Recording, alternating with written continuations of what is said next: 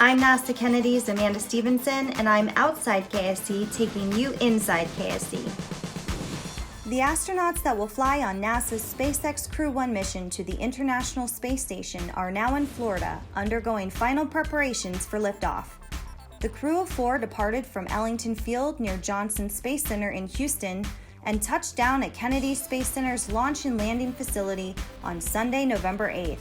NASA astronauts Michael Hopkins, Victor Glover, and Shannon Walker, along with Japan Aerospace Exploration Agency, or JAXA, astronaut Soichi Noguchi were greeted by NASA and JAXA leadership during a welcome ceremony. This will be SpaceX's first regular long-duration flight to the space station as part of NASA's Commercial Crew program. Teams continue to trek toward the Artemis I launch next year and, most recently, have finished installing Orion's 3 spacecraft adapter jettison fairing panels.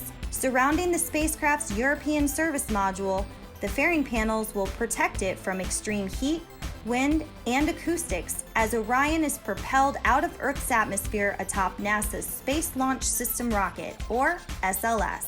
Using a series of firings, the jettison panels will then separate from the service module, allowing the solar array wings to unfurl and provide the energy and power necessary to send Orion on its journey around the moon.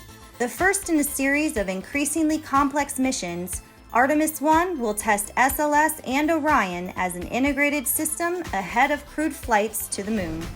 For more Inside KSC, check us out on social media and at nasa.gov/Kennedy.